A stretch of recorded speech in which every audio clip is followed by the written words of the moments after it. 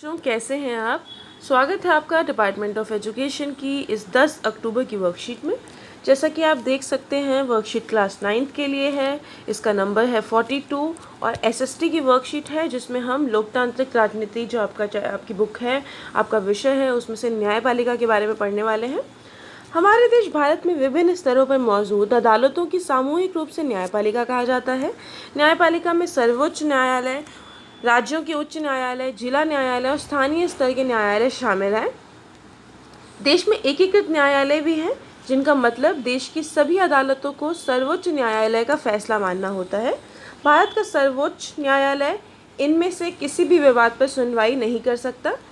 देश के नागरिकों के बीच विवाद, नागरिकों और सरकार के बीच विवाद, दो या उससे अधिक देशों के राज्य सरकारों के बीच विवाद, केंद्र और राज्य सरकारों के बीच विवाद, यह फौजदारी और दीवानी मामले में अपील के लिए सर्वोच्च संस्था है। यह उच्च न्यायालय के फैसले के खिलाफ भी सुनवाई करती है। न्यायपालिका की स्वतंत्रता, इसका मतलब यह है कि न्यायपालिका विधायक और कार्यपालिका के नियंत्रण में कार्य नहीं करती। इस वजह से सभी आधुनिक लोकतांत्रिक देश में अदालतों, विधायकों और कार्यपालिकाओं के अधीन नहीं होते। भारत का राष्ट्रपति देश के सर्वोच्च न्यायालय और उच्च न्यायालय के न्यायाधीशों की नियुक्ति करता है। अमूमन सर्वोच्च न्यायालय के सबसे वरिष्ठ न्यायाधीशों को भी प्रमुख न्यायाधीश नियुक्त किया जाता है। एक बार किसी व्यक्ति को सर्वोच्च न्यायालय या उच्च न्यायालय का न्यायाधीश नियुक्त करने के बाद उसे उसके पद से हटाना लगभग असंभव हो जाता है। किसी भी न्यायाधीश को हटाने के लिए संसद के दोनों सदनों में अलग अलग 2/3 बहुमत से अविश्वास प्रस्ताव पारित करना पड़ता है। न्यायपालिका और भारत का संविधान, सर्वोच्च न्यायालय और उच्च न्यायालय को देश के संविधान की व्याख्या करने का अधिकार होता है। अगर न्यायपालिका को लगता है कि विधायक का कोई कानून या कार्यपालिका की कोई कार्यवाही संविधान के खिलाफ है तो वह केंद्र और राज्य सरकार पर ऐसे कानून कार्यवाही को अमान्य घोषित कर सकती है। इस तरह किसी कानून या कार्यपालिका की कार्यवाही को चुनौती मिलती है तो सर्वोच्च न्यायालय उसकी संवैधानिक वैधता तय करता है। इसे हम न्यायिक समीक्षा के रूप में जानते हैं। सर्वोच्च न्यायालय ने ये भी फैसला दिया है कि संसद संविधान के मूलभूत सिद्धांतों में बदलाव नहीं कर सकती। न्यायपालिका और मौलिक अधिकार, आप सभी को पता है कि हमें मौलिक अधिकार मिले हुए हैं। संविधान हमें कुछ मौलिक अधिकार और कुछ मौलिक कर्तव्य भी देता है। तो भारतीय न्यायपालिका नागरिकों के मौलिक अधिकारों की रक्षा करता है, यानी नागरिक अपने अधिकारों के उल्लंघन हेतु न्यायालय के पास जा सकते हैं। हाल के वर्षों में अदालतों ने सार्वजनिक हित और मानवाधिकारों के संरक्षण के लिए विभिन्न फैसले और निर्देश दिए हैं। इन्हीं वजह से लोग न्यायपालिका पर काफ़ी विश्वास करते हैं।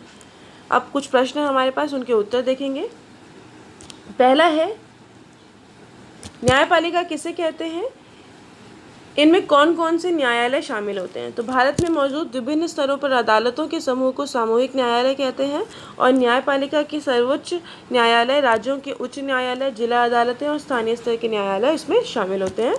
भारतीय सर्वोच्च न्यायालय में किस मामले की सुनवाई होती है? तो देश के नागरिकों के बीच विवाद, सरकार के नागरिकों के बीच विवाद, राज्य सरकारों और केंद्र व राज्यों के बीच विवाद, और यह सर्वोच्च अपीलीय अदालत भी है। स्वतंत्र न्यायपालिका आपका काम कैसे करती है? तो स्वतंत्र न्यायपालिका किसी भी बाहरी दबाव के तथा निष्पक्ष रूप से कार्य करती है। अगला प्रश्न है, आपके विचार से नागरिकों के अधिकारों की रक्षा के लिए न्यायपालिका क्यों आवश्यक है? तो बच्चों, न्यायपालिका नागरिकों के अधिकारों की रक्षा करती है। अगर सरकार या समाज अथवा कोई अन्य व्यक्ति हमारे अधिकारों का हनन करता है तो हम न्यायालय की शरण में जा सकते हैं। इसलिए नागरिकों के अधिकारों की रक्षा के लिए न्यायपालिका का होना अति आवश्यक है। तो इसके साथ हमारी हिंदी मीडियम की वर्कशीट कंप्लीट होती है। इंग्लिश मीडियम में देखते हैं बच्चों। आज हम जुडिशरी पढ़ने वाले हैं आपकी पोल साइंस की बुक में से। All the courts at different levels in the country put together are called the judiciary. Judiciary में क्या आते हैं? सारे के सारे कोर्ट्स आते हैं। कंट्री के सारे कोर्ट, चाहे वो सुप्रीम कोर्ट हो, स्टेट्स के हाई कोर्ट हो, डिस्ट्रिक्ट कोर्ट हो, लोकल लेवल कोर्ट हो, सारे के सारे किस में आते हैं? हमारे जुडिशरी के अंदर आते हैं। India has a integrated judiciary which means supreme court controls the judicial administration in the country. ठीक है, जो सुप्रीम कोर्ट है सारे के सारे जो जुडिशियल एडमिनिस्ट्रेशन है कंट्री में उसको फुलफिल करता है, देखता है, एडमिनिस्टर करता है। Supreme court of India can hear any of this, इनमें से कुछ भी डिस्प्यूट्स को सुन सकती है।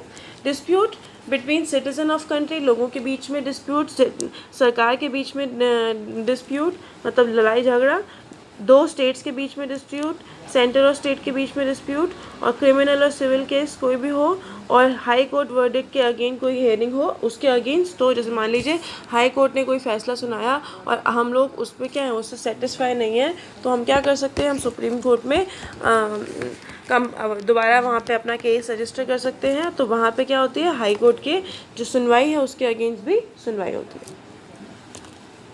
Independence of the judiciary, it means that the judiciary doesn't function under the control of a legislature or executive. Therefore, courts are not subjected to the legislature and executive in all modern democratic countries. The President of India appoints the judges of Supreme Court. जो president है हमारे वो judge appoint करते हैं Supreme Court के और High Court के भी. Normally only the most senior judge of the Supreme Court is appointed the Chief Justice. तो सबसे ज़्यादा Supreme Court का सबसे ज़्यादा experience और सबसे ज़्यादा एक्सपीरियंस जज होता है उसको क्या करते हैं, सुप्रीम कोर्ट का जो चीफ जस्टिस है उसको अपॉइंट किया जाता है। Once a person is appointed as a जज और द सुप्रीम कोर्ट और high court, it becomes almost impossible to remove this from his post. अगर एक बारी वो बन गए तो उनको हटाना मुश्किल होता है। A motion of non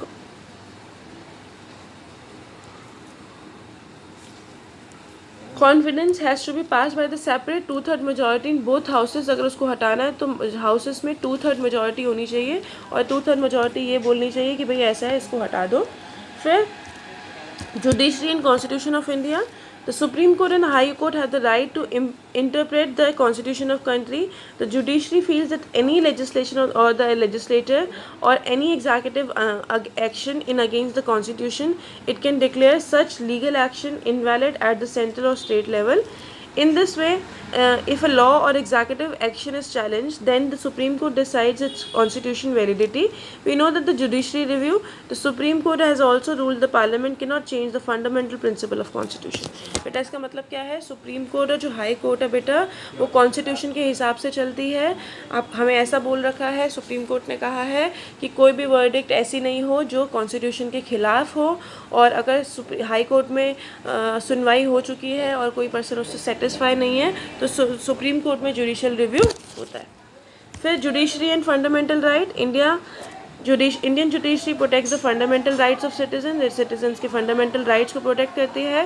that is citizens also go to court if their rights are violated, court जा सकते हैं उनके राइट्स नहीं फुलफिल होते हैं तो।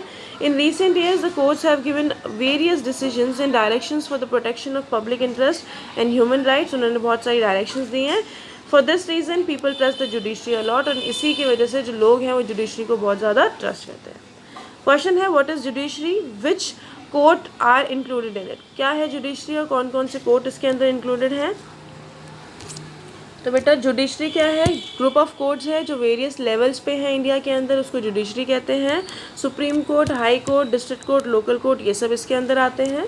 दूसरा प्रश्न है which matters are heard in the supreme court, कौन से जो मैटर्स हैं उनको सुना जाता है सुप्रीम कोर्ट में। सिटीजन्स के बीच में डिस्प्यूट, सरकार के बीच में डिस्प्यूट, स्टेट गवर्नमेंट और सेंट्रल गवर्नमेंट के बीच में डिस्प्यूट, और जो कोर्ट में ऑलरेडी अपीयर्ड है उसके उसमें जो बोलते हैं ना री हेयरिंग हम लोगों ने पढ़ी थी, जुडिशियल रिव्यू, उसके लिए। अगला है how does the independent judiciary work, तो बेटा the independent judiciary function without any external pressure और एंड इम्पार्शलिटी, बिना किसी प्रेशर और बिना किसी इम्पार्शलिटी के वो काम करती है। फोर्थ क्वेश्चन है in your opinion why judiciary is necessary for safeguarding the citizens right, आपके हिसाब से जुडिशरी लोगों के राइट्स को बचाने के लिए किस तरीके से ज़रूरी है। The judiciary protects the right of citizens के राइट को प्रोटेक्ट करती है। इफ़ द गवर्नमेंट और सोसाइटी और any other person violates any or our rights then we can take force in the court, अगर हमारे राइट्स को कोई वायलेट करता है तो हम कोर्ट में जा सकते हैं। तो therefore having a judiciary is essential to protect the rights of citizen, लोगों के सिटीजन्स को प्रोटेक्ट करने के लिए जुडिशरी का होना ज़रूरी है। तो इसी के साथ हमारी आज की वर्कशीट कंप्लीट होती है। अब हम कल मिलते हैं कल की वर्कशीट के साथ, तब तक के लिए stay healthy, stay safe, take care.